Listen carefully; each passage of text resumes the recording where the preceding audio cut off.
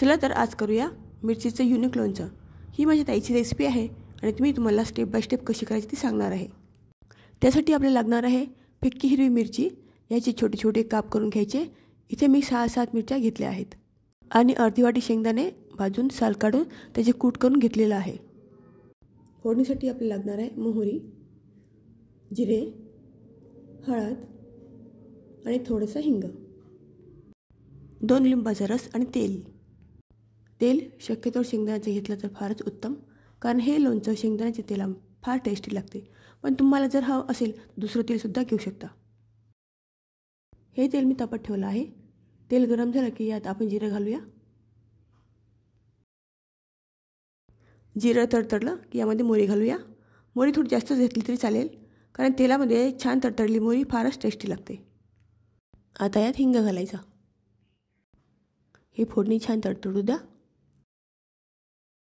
या स्टेपवर आता आपण गॅस बंद करून घेऊ।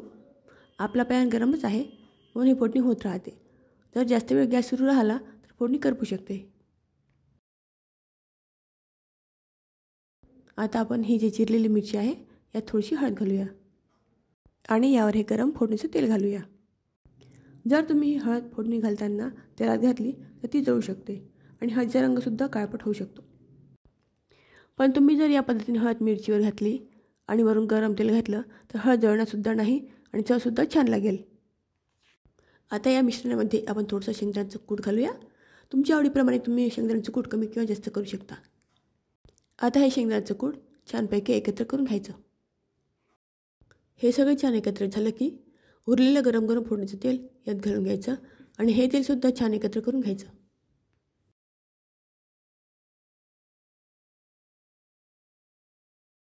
यानंतर याला आपण थोडा वेळ थंड होऊ देऊ।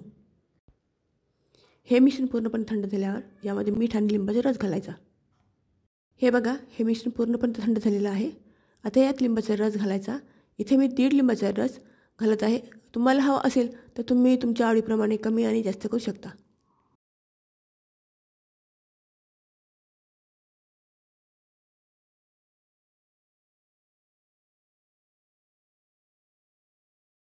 हे छान एकत्र करून घेऊया।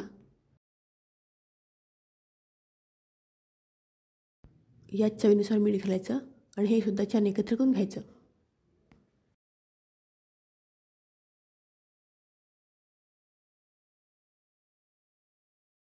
तयार आहे आपलं मिरचीचं लोणचं। हे मिरचीचं लोणचं जर तुम्ही फ्रीजमध्ये स्टोअर करून ठेवलं तर छान 8 दिवस टिकते। हे लोणचं तुम्ही पोळी धपाट्यासोबत खाऊ शकता किंवा तसंही तोंडी लावायला खूप छान लागते। हे वेगळ्या पद्धतीचं लोणचं तुम्हाला कसं वाटलं ते मला कमेंट करून नक्की सांगा।